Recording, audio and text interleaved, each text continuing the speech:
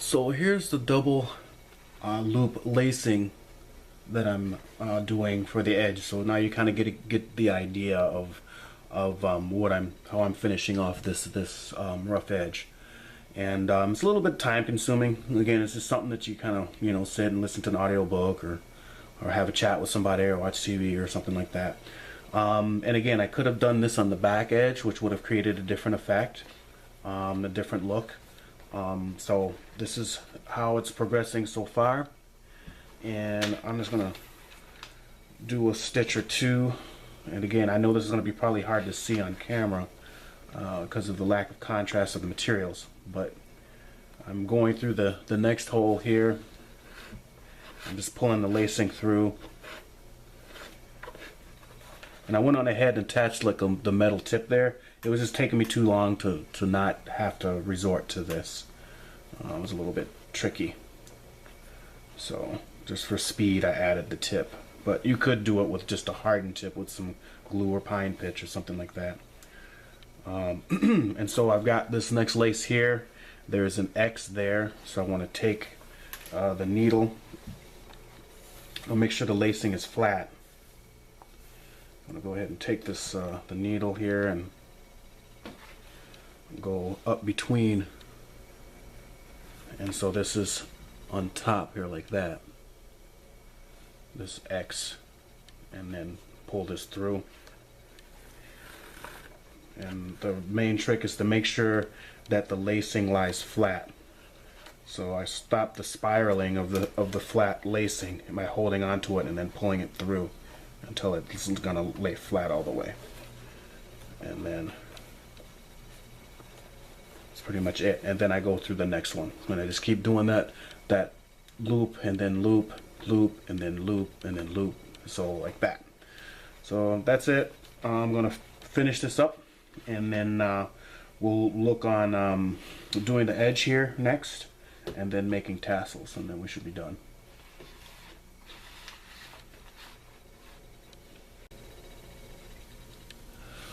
Alright, so here we go. I finished the lacing of the front, and this is kind of starting to come together.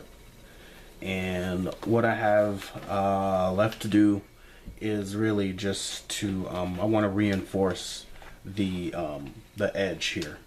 And I could leave it as is if I wanted to, but I'm going to go ahead and stay a little bit more true to this and just do some lacing using a whip stitch around the edge of the flap. Then we could call it done at that point, and then it would fit onto a belt and that. But we're gonna go one more step further, and we'll make some tassels. And I think I got some rabbit fur lying around. We'll use rabbit fur instead of deer hair for ornamentation. So next I'm going to punch some holes, and then I'm going to do some lace, do a whip stitch lacing around the edge, and we'll be almost done.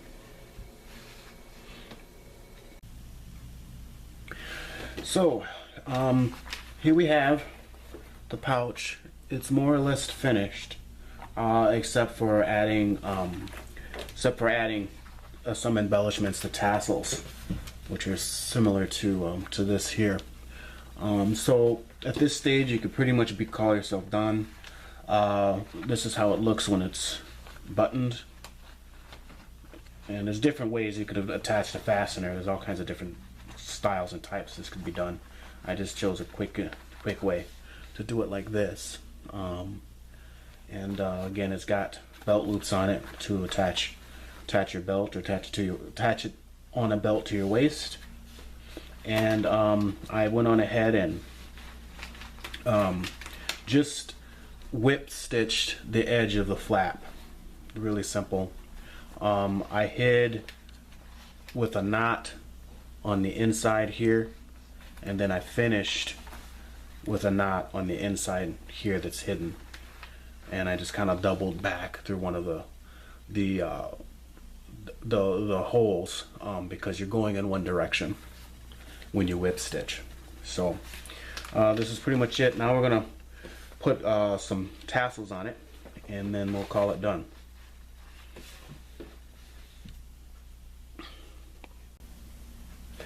All right, so I fashioned some tassels, just real quick and dirty, nothing real embellished. And I just took some glue, some super glue. Again, you know, from a primitive standpoint, pine resin will work pretty well. And I just cut a snippet of some white rabbit fur, and I just pasted it and folded them over, basically. So this is more like a, it's a triangle. It's a long triangle with little wings here, and you just fold it over. It's got a nice little bell here. When you do cut the triangle, the square shouldn't be flat. It should be round. If you want kind of a rounded look, or it could be flat. It's up to you. And I just tucked my thing in there. I tucked the fur in there. I may take some black thicker thread or something and do some whipping around here, or I may add a bead or something. I don't know, or I may just leave it as is. So anyways, that's just a quick and dirty tassel, just for decoration for the purposes of this this video. And so I've got one hole here, and then I actually went on ahead and made another hole under the button, because it's just the way the button lays. It's kind of long, got a long snout here or something. And so I'm just gonna basically take a tassel and stick it through the hole here,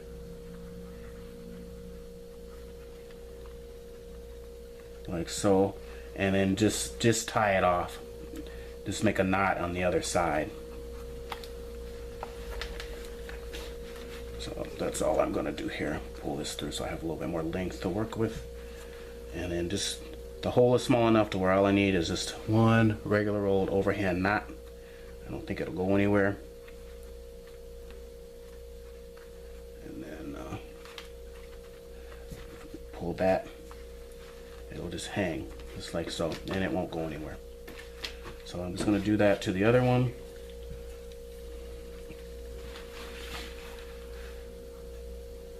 Sometimes I can take a tool here and widen the hole if the hole is a little too small. And I can stick this in there. Pull it through the other side. Trying to make sure these have the same length, so that they're symmetrical. So about right there, that looks about right.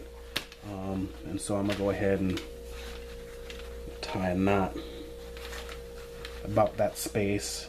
I won't pull it tight just yet. I want to make sure that the length is symmetrical with the other one before I make it super tight. Take this here, pull that.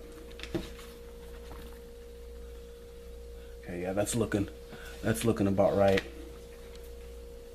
And then I can just cinch the knot down a little bit tighter, so it's not going anywhere.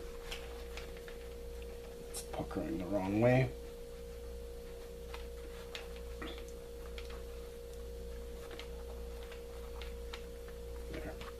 All right, and then lastly, do the same under the button. Tuck this through. Stick this through the hole rather. And I want to do the same thing. I want this to hang slightly longer. Okay. And do the same thing on the inside. I'm just going to take this, make a knot,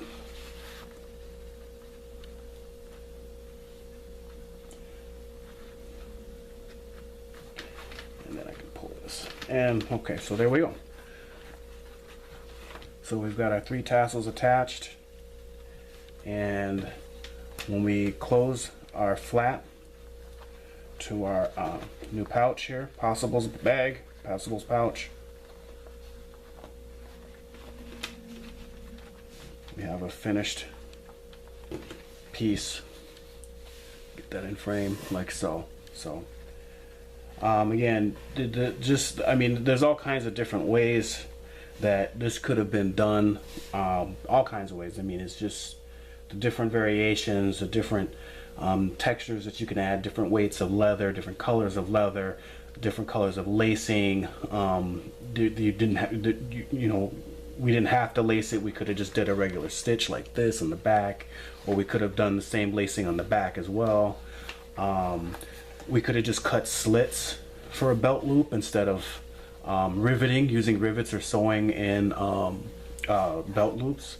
That could work too. Again, if you cut the slits in the leather, then you want to make sure that you have holes at the top, like we did the button, so that the leather doesn't continue to rip. It doesn't rip if it's thin fabric weight leather, which this is. So this is the finish of the Possibles bag. Yeah, it took, I don't know, including making the pattern, this is probably a 4-hour, maybe 5-hour project.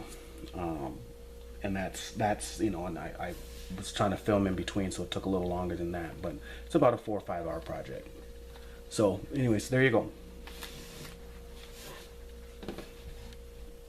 Put this in frame. Boom.